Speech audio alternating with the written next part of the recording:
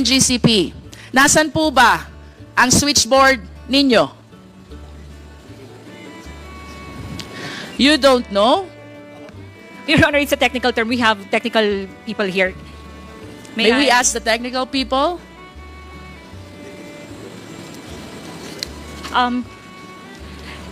Your Honor, definition?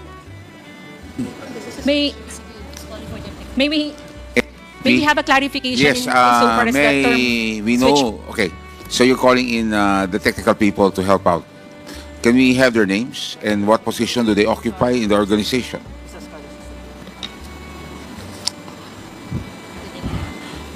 Sino po sila? Good afternoon. I'm Clark Agustin from the... Pakilakas lang po. Good afternoon, Your Honor. I'm Clark Agustin from the System Operations.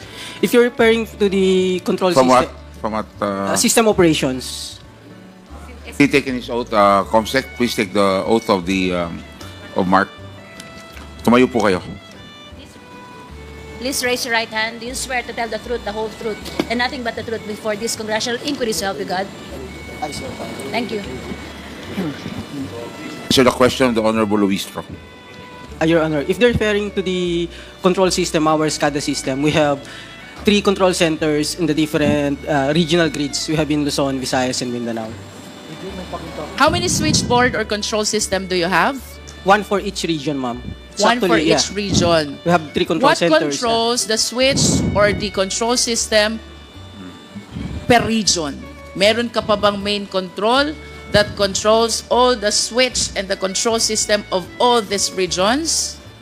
I believe yes. Yes, ma'am. We have the control center for each region, and then we have substations for the equipment level control. For the system level control, we use the control centers using our SCADA system. Where is the system control? From the control center, ma'am. Where is the control center? For Luzon, we have here in Diliman. For Visayas, in Banilad. And in Mindanao, in Cagayan de Oro. These control systems, which you mentioned, they have the capacity to cause the blackout of electricity. Am I correct? Not to cause the blackout, but to control our transmission assets. If I want to turn off the electricity, I just need to switch off the control system. Am I correct? 1 by 1 per equipment. You One can do by that. one. Yes, ma'am. We can control it remotely. So, kanina you mentioned about the main control. How many main controls do you have? We have a control center monitoring and controlling different equipment of the grid. How many main controls do you have?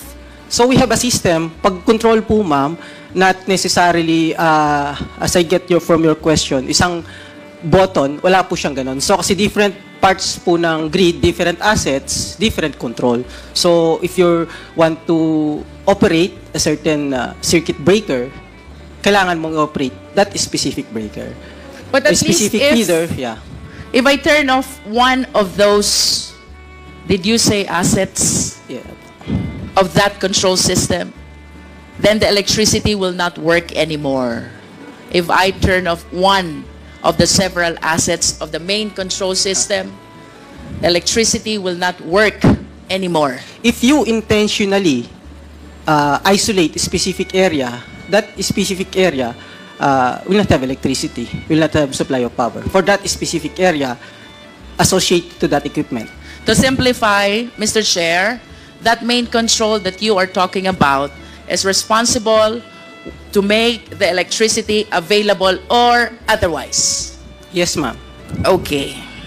So, you said that you have main control in Luzon, in Visayas, and Mindanao.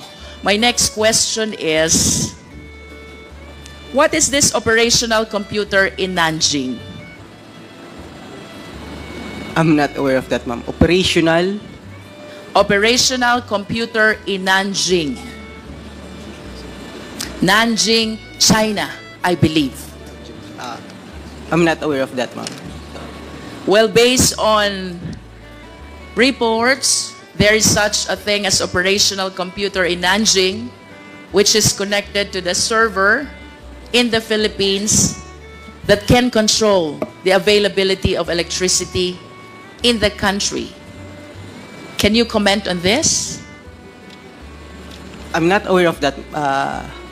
Is it control, yeah. possible that this information is exclusive to the Chinese counterparts and not shared to the Filipino counterparts?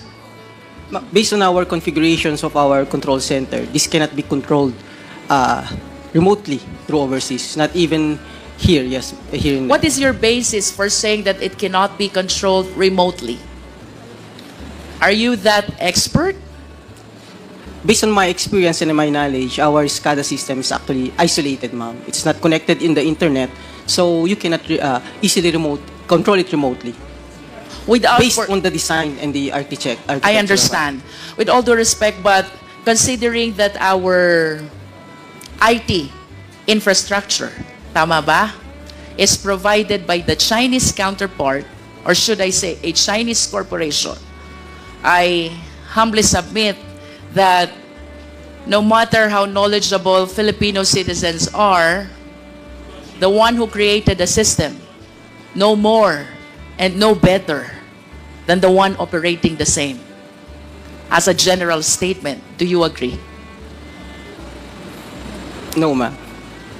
Ibig sabihin mo, you're the one using the system of China, mas marami kang alam kesa nag-create ng system? No, ma'am. As I've said, This is a general statement, NGCP.